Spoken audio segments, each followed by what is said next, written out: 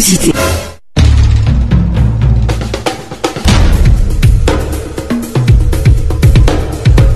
Merci de rester en notre compagnie dans cette émission.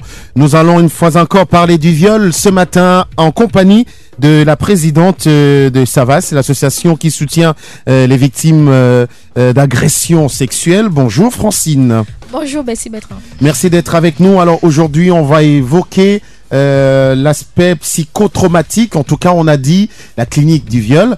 Donc comment aborder la victime. Et aujourd'hui nous avons un expert avec nous, mais il faut quand même rappeler que depuis une semaine et demie nous sommes revenus sur certains aspects du viol pour dire que quel que soit l'âge de la victime, les conséquences du viol et des agressions sexuelles sont graves et durables. En règle très générale, la personne agressée ne peut se reconstruire sans aide extérieure. De tels traumatismes affectent profondément l'estime de soi, la capacité à vivre, à réussir, à se développer en dépit de l'adversité. Donc tout cela ne suffit pas à permettre à la victime de rebondir. Le viol et les agressions sexuelles sont des atteintes majeures à la personne. Sauf amnésie traumatique, l'oubli n'est pas possible et ne vient pas. Le plus généralement, le temps qui passe n'arrange rien quant aux conséquences. Au contraire, il rend plus douloureux encore et plus aléatoire tout travail psychothérapeutique par la suite. Et nous allons évoquer quelques conséquences principales. Les conséquences peuvent être nombreuses, mais les principales sont les suivantes. Baisse de l'estime de soi, manque d'assurance et de confiance en soi, sentiment de saleté et de honte, difficultés sexuelles, difficultés relationnelles, donc dans l'engagement amoureux, difficultés somatiques et psychosomatiques, difficultés autour de la maternité, diverses pathologies psychiques, etc., etc. Nous allons aborder tout cela avec le docteur Comennier, qui est psychotraumatologue, qui a accepté de nous accompagner aussi avec une victime qui vient direct de Yaoundé. Vraiment, chapeau bien bas, on va dire café. Hein, on se lève pour dire café. On est content parce qu'on sait que c'est pas évident. Alors, Francine. Oui, Betty. Que dire d'autre? On va laisser la parole à l'expert, il pourra mieux nous éclairer sur la question. Alors, docteur Comennier, bonjour. Bonjour. Merci d'être avec nous. Alors, on va comment aborder la victime? Alors, avant de commencer à savoir ce qu'il faut faire avec la victime, il faut déjà savoir ce qui se passe pendant le viol. Je vais beaucoup insister là-dessus. C'est en comprenant ce qui se passe avec le viol, c'est en comprenant ce qui se passe dans les heures qui suivent le viol, c'est en comprenant ce qui se passe dans les années ou les mois qui suivent le viol, qu'on peut dégager les véritables pistes pour savoir comment aborder la victime. Il faut savoir d'abord ce qu'on appelle traumatisme psychique. On en parle beaucoup, mais il s'agit de quoi? C'est une altération durable, sévère, de l'équilibre psychologique d'un individu qui a vécu un événement grave. Alors le traumatisme psychique, il y a plusieurs dimensions de traumatisme psychique. Il y a des éléments qui vont se produire juste dans des heures et des jours qui vont suivre l'événement grave, et des événements qui vont se produire, il y a des choses qui vont se produire dans la dynamique psychique du sujet, des mois et peut-être même des années après. Ce qui est important de dire, c'est que les violences sexuelles représentent les premières causes de traumatisme psychologique. Ça, il faut le retenir. On peut connaître les autres traumatismes, les éléments graves qui peuvent être des catastrophes naturelles. On peut connaître d'autres éléments d'accident de circulation, mais ce qui est à retenir, c'est que ce qui concerne la violence sexuelle, c'est la première cause de traumatisme psychologique. Aujourd'hui, toutes les études le prouvent. Alors, violence sexuelle, naturellement, dit traumatisme psychique plus sévère. Par conséquent, lorsqu'on a affaire à un individu qui a vécu un événement qui porte sur son intimité, il est important, lorsqu'on la rencontre, de poser des actes qui doivent protéger le sujet par rapport à ce qui pourrait se produire plus tard, non, la retraumatisation. Donc, lorsqu'on a rencontré une victime, dès le premier contact, il faut se dire ce que je fais peut avoir des conséquences immédiatement. Ce que je fais peut avoir des conséquences lointaines. D'où la nécessité, au contact, de comprendre que c'est un individu qui est ébranlé. C'est un individu qui est totalement délabré. Il faut, dans un premier temps, lui permettre d'avoir des ressources pour continuer à exister à l'instant. Faut lui donner un peu de chaleur. Et maintenant, si l'individu a la capacité d'aborder son problème, d'aborder ce qui s'est passé, alors là, on lui donne la parole. On peut rencontrer une victime et ne pas lui parler du tout. on donne l'opportunité à ce sujet, à cette victime-là, de comprendre qu'on est encore dans le monde des vivants. Parce qu'après un viol, la plupart du temps, on n'a plus de ressources du tout. Et comme nous avons une victime avec nous, nous allons lui donner l'opportunité, par exemple, si elle peut nous apporter quelques éléments, ça nous permettrait de voir ce qui a été fait, par exemple, et ce qui aurait pu être fait pour que les différentes personnes qui interviennent sachent que il y a une dimension médicale, il y a une dimension juridique, il y a une dimension sociale. Alors, par rapport à ces trois dimensions, comment est-ce qu'on aurait pu se comporter dans son cas spécifique? On est même revenu sur la dimension spirituelle avec le pasteur Amos qui était avec nous il n'y a pas très longtemps. Alors, la victime qui est avec nous s'appelle... oui, Madame la Présidente. Reine qui est avec nous.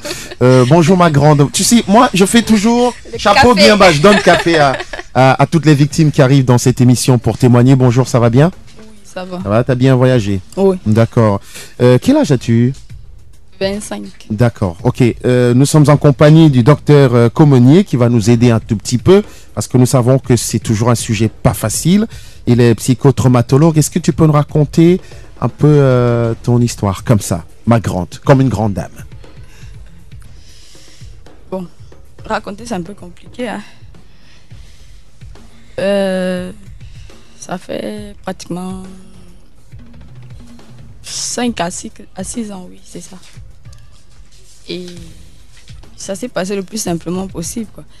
On était à une fête et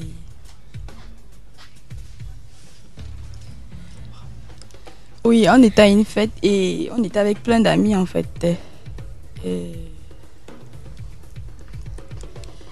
le gars en question, c'était un dragueur. Et il m'a fait comprendre que les filles aiment bien se vanter, se disent belles. Et un jour viendra où tout ce que je lui ai dit n'auront plus aucun effet. Justement, c'était l'occasion rêvée pendant la fête à laquelle on avait été invité. On causait et on m'a remis un verre où il y avait du whisky et je peux dire quelque chose pour me faire dormir. Je sais juste que je savais ce qui se passait, mais j'avais pas juste la force de me débattre.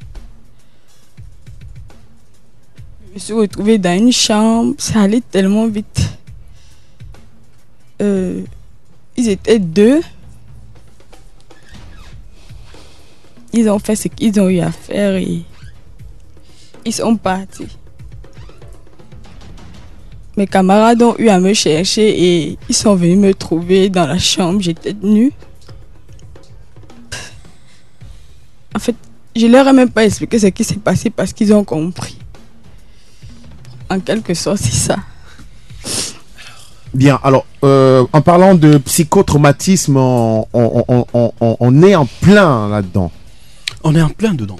On est en plein dedans. Et dans ce cas clinique particulièrement, nous allons repérer quelques éléments. Avant de le clarifier, avant d'analyser, sachons bien que la plupart des temps, dans 70% des cas, les violences sexuelles sont perpétrées par quelqu'un qui vous connaît. Dans 70% des cas. Par contre, on a dans la société l'impression que c'est des représentations sociales qu'on a. On se dit que le violeur c'est quelqu'un de masqué, c'est quelqu'un qui a un couteau, c'est quelqu'un qui a une arme. Mais c'est pas toujours ça. Il y a des violences sexuelles qui sont généralement perpétrées par des personnes qui ont un plan de crime. C'est le cas avec notre invité. On voit bien la fête. Il avait projeté. Il s'imaginait déjà. Il s'imaginait ce qu'il va faire. Et on voit. Il a fait usage de la drogue quand il a posé son acte. Et lorsqu'il a ainsi fait, donc, notre victime a eu une conscience altérée. Donc elle a su ce qui se passait, mais elle n'avait pas forcément les moyens. Alors, viol à plusieurs. On voit plusieurs éléments. Et surtout, quelque chose de très important, le secret n'a même pas pu être gardé. Le secret n'a pas pu être gardé. Alors, tous ces éléments permettent de comprendre comment il est il est nécessaire de structurer l'approche de la victime. Aborder une victime de violence sexuelle, ça suppose qu'on doit être dans une représentation où on se dit le viol, c'est un événement grave, c'est un crime. Par conséquent, il faut au moins aborder 3 aspects de la question. Dès le départ, il faut se dire que c'est une approche pluridimensionnelle. Donc, c'est des spécialistes de la question, des questions médicales, dont les conséquences qui ont pu se produire, infection, grossesse indésirée et autres. Mais il y a également une dimension très profonde, la psychologie de l'individu. Le psychisme, qu'est-ce que je deviens avec ça? Qu'est-ce que je deviens? Et puis après, on va voir l'aspect juridique. Est-ce qu'on peut réparer? Est-ce qu'on peut sanctionner la personne?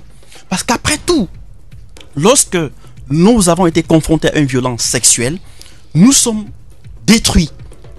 Si cette violence sexuelle avait été accompagnée de violences graves, par exemple, présentation d'un couteau, présentation d'une arme, alors cela pourrait se présenter d'une autre manière. D'où on essaie de comprendre que les circonstances dans lesquelles la violence sexuelle a été perpétrée déterminent les conséquences psychiques sur le sujet. De même, le fait que l'individu soit connu détermine le type de conséquences que vous pourrez développer. Alors que l'âge aussi, le paramètre âge, elle était à la limite un peu majeure. Si cela avait été perpétré lorsqu'elle est encore très mineure, alors on aurait pu avoir d'autres types de conséquences. Alors, tous ces éléments réunis permettent de penser qu'il est nécessaire d'avoir un protocole, une approche lorsqu'on a affaire à une victime de violence sexuelle. En reconnaissant que le premier élément, lorsque l'individu vit la scène de crime, l'organisme a tendance, par exemple, à se soustraire. C'est-à-dire que si la conscience n'a pas été altérée, elle peut faire l'objet d'une dépersonnalisation pendant l'acte sexuel. C'est-à-dire qu'elle elle est comme si elle était sur un plafond. C'est comme si elle regardait ça à distance. Alors, cette dissociation-là, cette dissociation péritraumatique, ou alors cette dissociation pendant le trauma, pendant l'événement grave, détermine la probabilité que les conséquences psychotraumatiques se mettent en place. Parce que lorsque vous êtes dissocié, il y a un certain nombre de mécanismes qui se produisent dans votre organisme. Et cela va permettre que la mémoire traumatique se constitue ou qu'elle ne se constitue pas. Et lorsque l'individu a été ainsi détruit, celui qui reçoit la victime doit prendre conscience, en sachant que ce qu'on fait dans la périphérie, dans les jours qui suivent le traumatisme, peuvent permettre d'effacer, d'effacer ou de dessoucher les racines de la mémoire traumatique. Si cela n'est pas fait dans les jours qui suivent l'événement grave, et qu'on s'intéresse seulement, par exemple, aux problèmes, aux aspects médicaux, c'est-à-dire que vérifier si l'individu a une grossesse ou autre, si on ne regarde que ça, la mémoire traumatique va se constituer. Et lorsque la mémoire traumatique s'est constituée, on s'expose à développer ce qu'on appelle le stress post-traumatique, qui est une pathologie extrêmement grave et parfois totalement handicapante. Cela se voit avec beaucoup de militaires. Donc, lorsque vous avez fait face à un événement grave, il faut agir sur la périphérie. On propose cela en termes de débriefing. Donc, il y a un certain nombre de soins psychiques qu'on propose dans la périphérie de l'événement grave, et cela permet de protéger le sujet par rapport à l'état de stress post-traumatique. D'accord.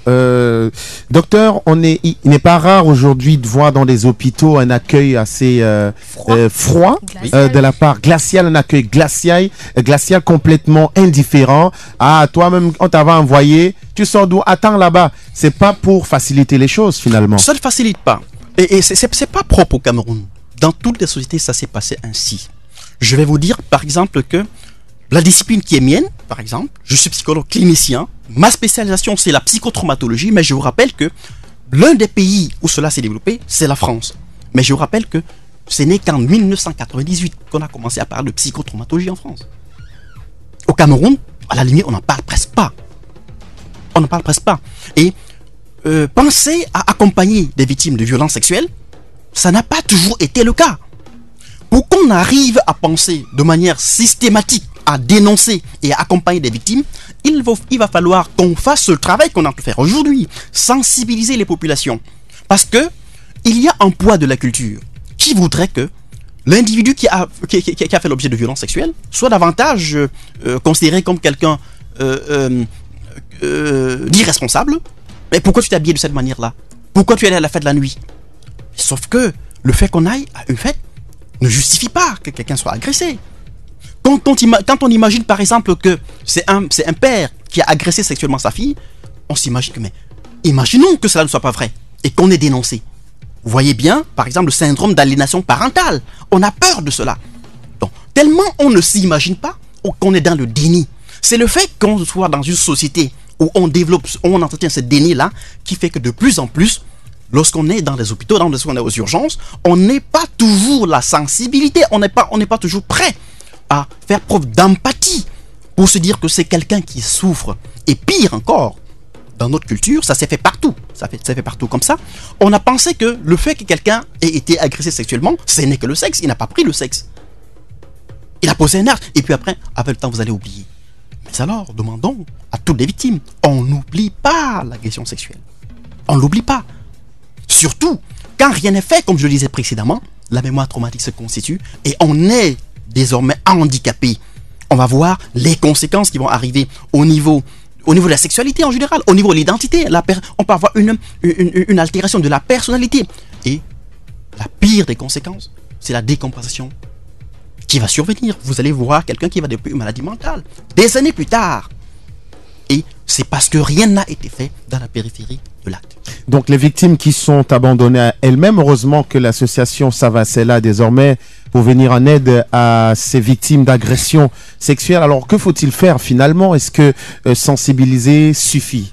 Alors est-ce que sensibiliser suffit? Ben bon, je dirais que ça suffit pas, mais disons que il faut penser globalement. Il faut penser globalement la question des violences sexuelles dans notre société. Et nous avons décidé par exemple, dans la ville de Douala, le 26 prochain, on aura un premier atelier de formation.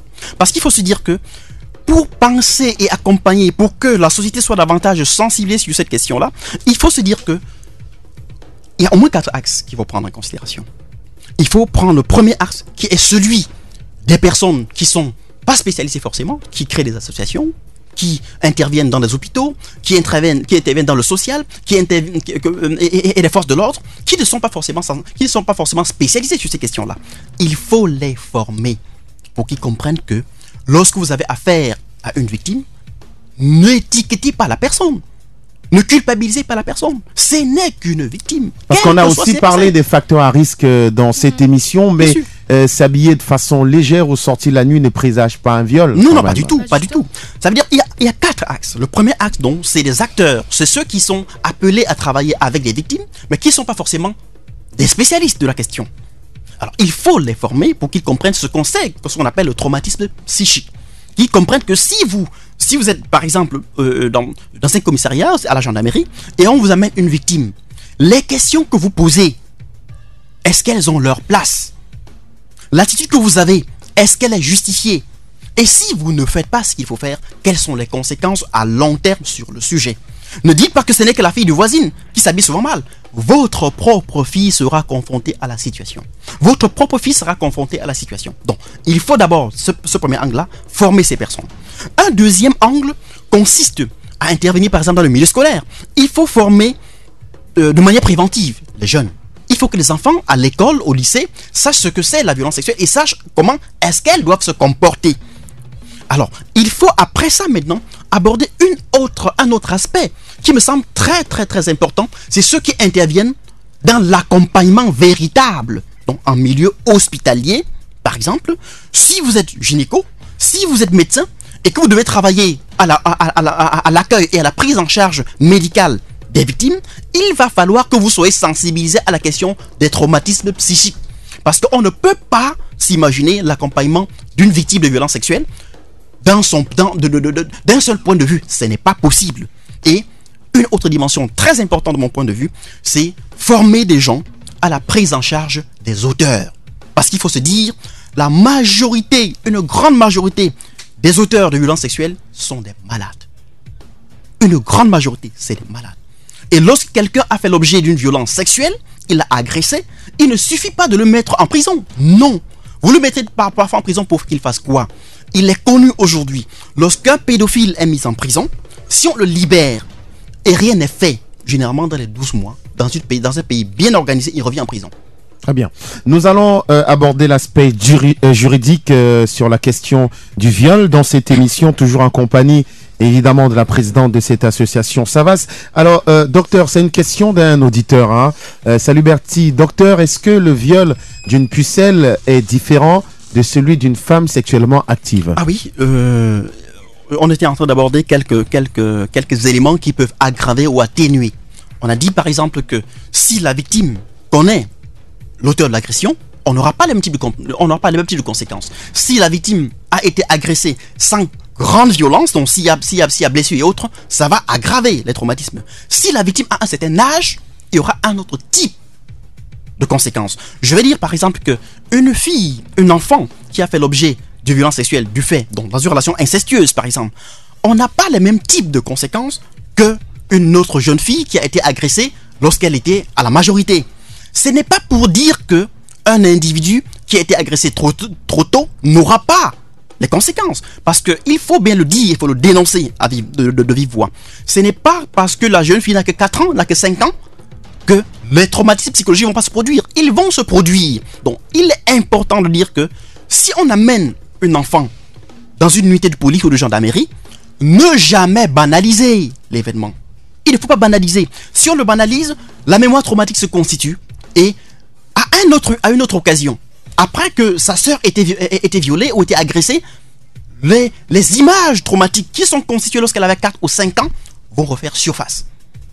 Vous comprenez bien que ce n'est pas seulement le facteur âge qui est déterminant, l'événement en lui-même, comment est-ce que l'entourage s'est comporté après que l'enfant ait été violé. Donc, il ne faut pas dire qu'elle est trop jeune, elle va oublier. Non, on n'oublie pas forcément les violences sexuelles. Et il faut parler aussi, docteur, ça libère un peu comme Rennes l'a fait ce matin, ça peut libérer aussi. Ça peut libérer et ça devrait libérer.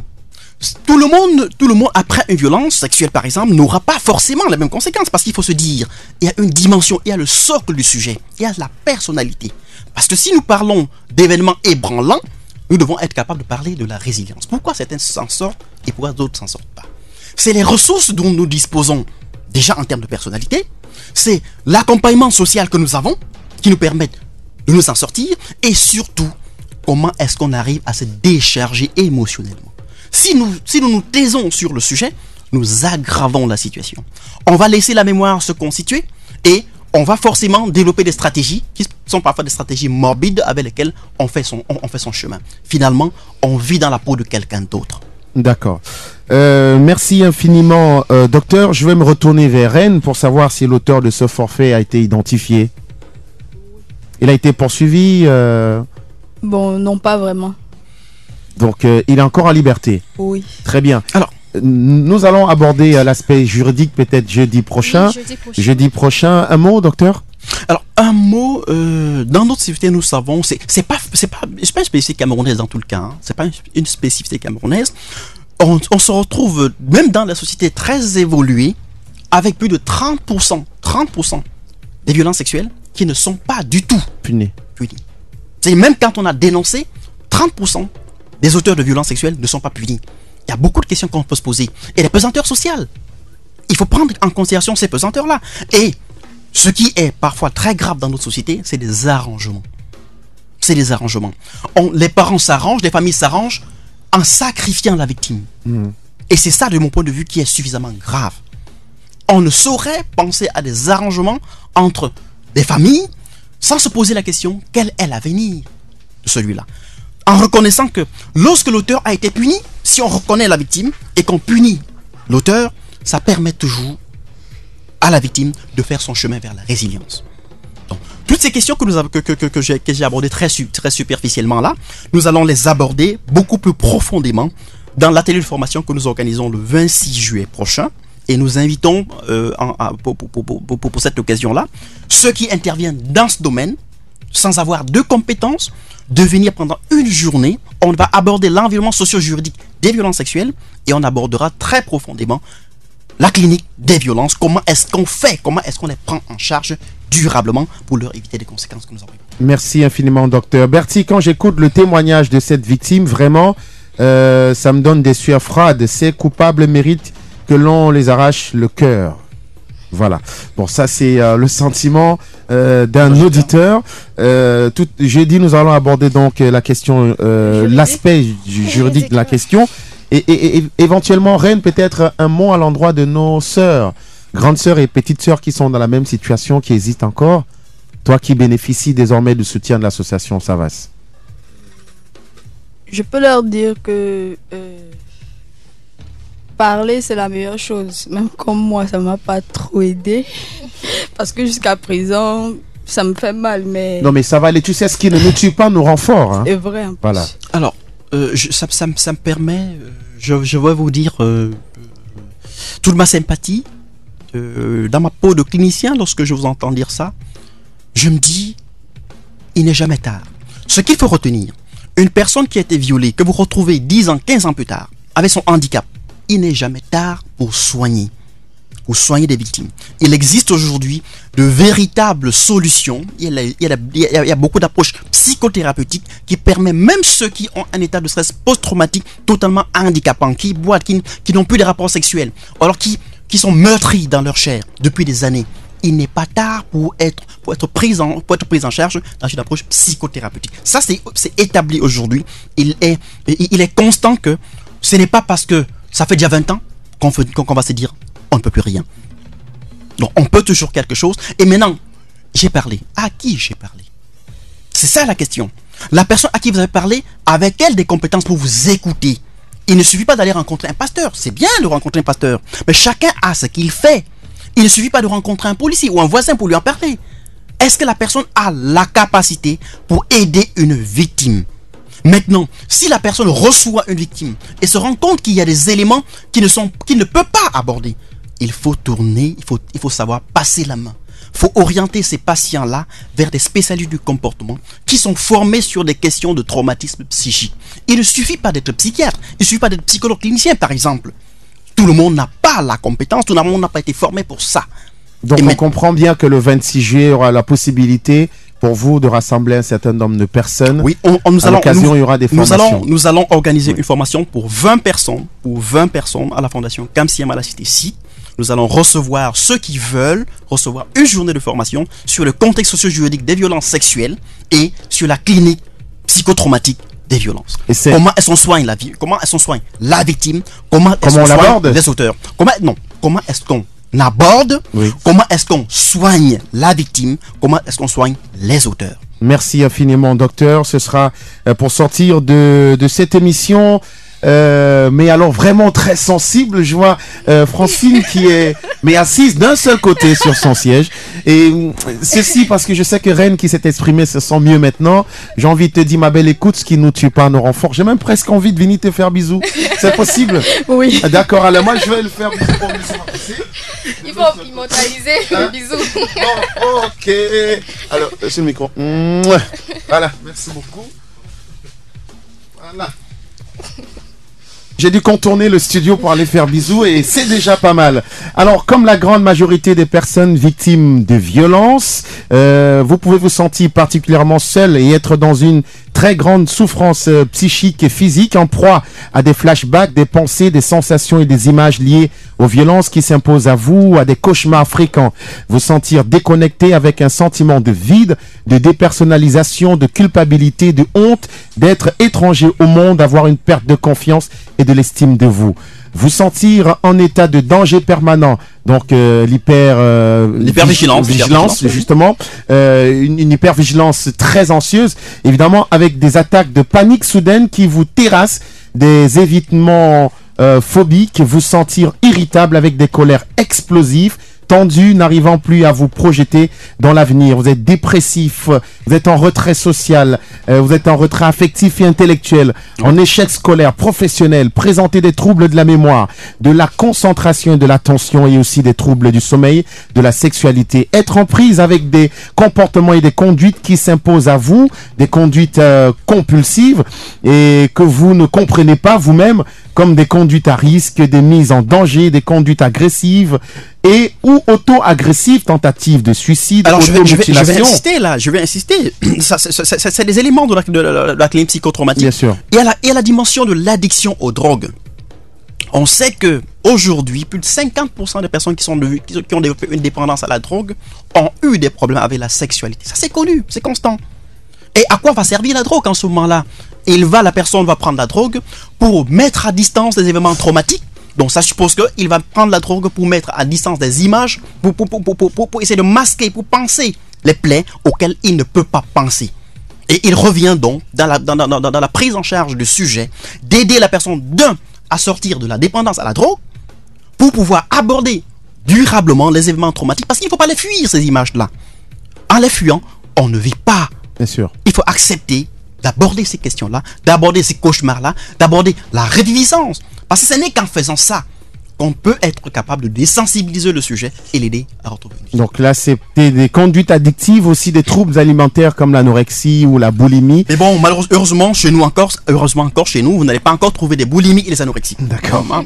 Chez nous, il n'y en a pas encore. Super. Ça va arriver, ça va arriver. La vie peut être devenue pour vous un état de guerre permanente, Oui. sans espoir d'en sortir. Heureusement, ça va, c'est là. Oui. Merci Francine.